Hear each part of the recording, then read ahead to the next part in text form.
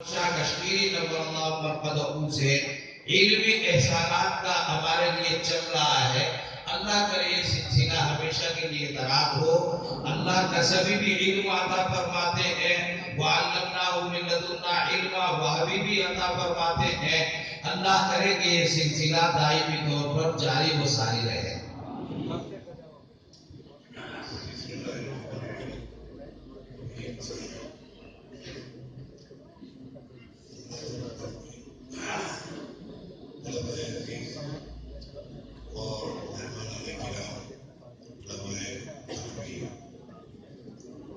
وقت بہت کافی گزر چکا اور وقت کے گزرنے کا شکوہ ہی نہیں ہے کہ محض شکوہ ہو، بلکہ جو وقت بھی گزرا وہ بہت کارآمد، نہایت نفع انگیز اور بہت مشکل انداز کے تھا۔ یہاں پر جو حضرت مطلب صاحب علی نے اپنے خطاب کے اندر گفتگو فرمائی، وہ آپ حضرات کے لیے خاص طور سے اور عام طور سے سبھی کے لیے بہت مفید اور کارآمد تھی۔ میں سمجھتا ہوں انہوں نے سب کچھ اپنے خطاب کے اندر بیان کر دیا، اور بلکہ ہم یہاں کہتے ہیں کہ کہنی بھی کہہ دی، یعنی اپنی بھی کہی، اور جو کچھ مجھے عرض کرنا تھا میری کہنی بھی انہوں نے کہہ دی۔ مسجد میں نماز ہو رہی تھی اور امام صاحب امامت فرما رہے تھے۔ امام صاحب نے رکوع سے اٹھتے ہوئے ربنا لک الحمد کہا، پیچھے سے دیہاتی نے کہا کہ اب ہم کیا کہیں، انہیں تو ہماری کہنی بھی کہہ دی۔ تو اب حضرت محترم صاحب مقدس اللہ العالی نے جو حاوی اور انتہا سے زیادہ مکمل اور شافی گفتگو فرمائی، اس کے بعد تو کوئی موقع نہیں ہے، لیکن آخری حدیث ہے اور بخاری شریف کا گویا کہ تتمہ و تکملہ ہے، اس کا کچھ حق بھی ادا کرنا ہے، اس لیے کچھ عرض کرتا ہوں۔ دوسری یہ کہ وقت بھی اتنا ہو گیا کہ اب روحانی ضرورتوں کی تکمیل کے بعد گویا کہ جسمانی اشتہا اور اس کی ضرورتوں کی تکمیل کا بھی وقت ہے، اور یہاں پر ایسے افراد بھی موجود ہیں میرے پیش نظر سامنے کہ جو عمر کے اس حصے میں ہیں کہ جہاں ضروریات پیش آتی رہتی ہیں، لاحق ہوتی رہتی ہیں، ان کا خیال بھی ضروری ہے، اور نوجوان بھی ہیں جو کچھ ایسے لباس کے اندر ہیں جن کو بیٹھنا مشکل ہے، بہت طویل نشست اختیار نہیں کر سکتے، ان کا خیال بھی۔ بہرحال کوشش کروں گا کہ کچھ گفتگو اشارات میں اور کچھ وضاحت جہاں پر مطلوب ہوگی اس کو آپ کے سامنے عرض کر سکوں۔ حضرات، یہ امت، اس پر اللہ تعالیٰ کے بے شمار انعامات ہیں، اس کے نعمتیں ہیں جن کا شمار نہیں کیا جا سکتا۔ من جملہ ان نعمتوں کے یہ بھی ہے کہ اس امت کے اندر اللہ تعالیٰ نے دین کو اور اپنے کلام کو اور اپنے تمام کی تمام شریعت کو محفوظ رکھنے کے لیے انتظامات فرما دیے، اور محض انتظامات نہیں فرمائے بلکہ اس موقع پر جس چیز کی ضرورت ہوئی اس کو اللہ تعالیٰ نے فراہم کیا۔ ایک وقت تھا کہ قرآن مجید کی حفاظت مطلوب تھی تو حق تعالیٰ جل وعلا نے حفاظ کرام کی جماعت کھڑی کر دی، دسیوں صحابہ بلکہ سینکڑوں صحابہ کی تعداد ہے جو بہترین حافظ قرآن تھے اور جنہوں نے قرآن مجید کو اپنے سینوں کے اندر محفوظ کر لیا۔ پھر وقت آیا قرآن مجید کی معانی، اس کے مفاہیم اور اس کے مطالب کی تشریح، تفسیر اور توضیح اور اس کے بیان کا مولانا مان الحفیظ حضرت حق جل مجدہ نے حضرات مفسرین کرام کی جماعت پیدا کی۔ کیا مقام اور کیا مرتبہ ان کا تھا اور کیسی گہرائی حق تعالیٰ جل مجدہ نے ان کے علوم میں عطا فرمائی تھی۔ قرطبی المالکی ہیں، ابو حیان اندلسی ہیں، ابن کثیر ہیں، اور جار اللہ زمخشری ہیں، رازی ہیں، اور اسی طریقے پر ایک طویل سلسلہ ہے حضرات مفسرین کرام کا جنہوں نے قرآن مجید کے خبایا، قرآن مجید کے مزایا، قرآن مجید کے امتیازات، قرآن مجید کے حقائق، ان دقائق کو آشکارا کیا اور دنیا کے سامنے لا کر پیش کر دیا۔ پھر اس کے بعد حضرات اہل حق کھڑے ہوئے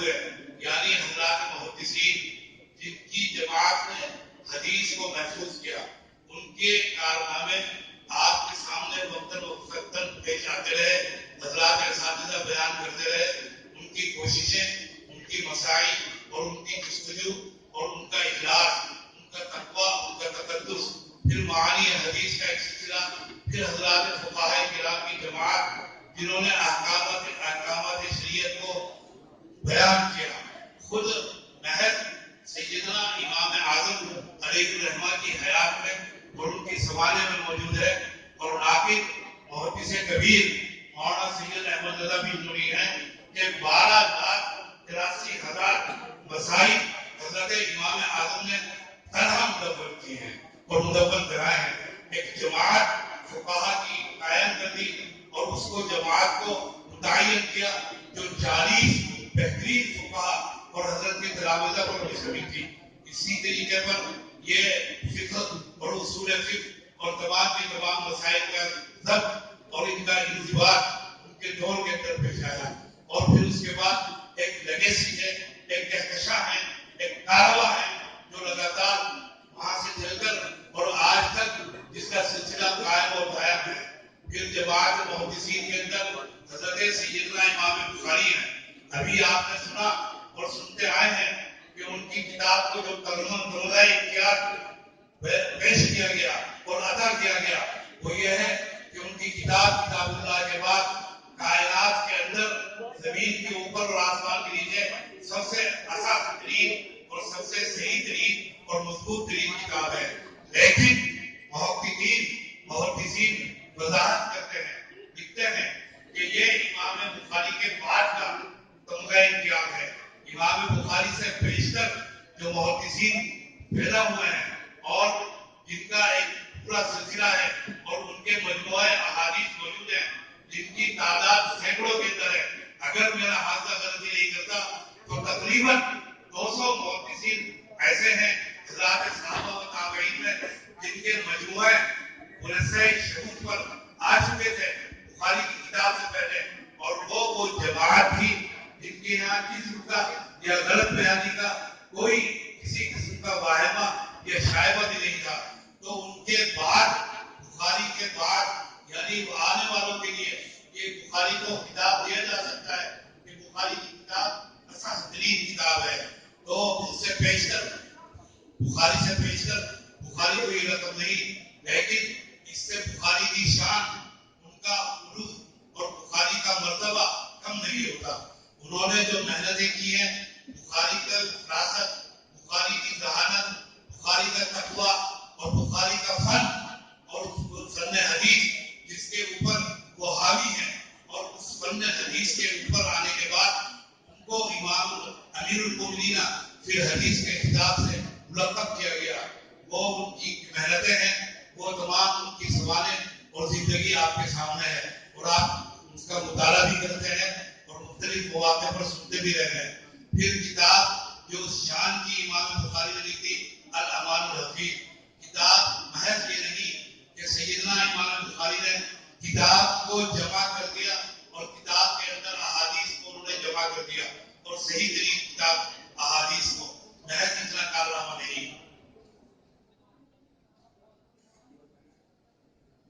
بلکہ امام کا کارنامہ عظیم الشان ہے. امام نے پوری شریعت کو، پورے دین کو، جناب نبی کریم صلی اللہ علیہ وسلم کی پوری حیات طیبہ اور آپ کی سیرت طیبہ کو اور پورے اسلام کو پیش کیا. محض یہی نہیں کہ پوری سیرت پیش کی، پوری شریعت پیش کی، پورا دین پیش کیا اور احکامات دین، محض اتنا ہی نہیں بلکہ ساتھ ہی ساتھ وہ فقہی اپنے نظریات اور فقہی مسائل کا بیان کرتے ہیں اور اس کو بھی بیان کرتے ہیں اور اپنی رائے کو بھی.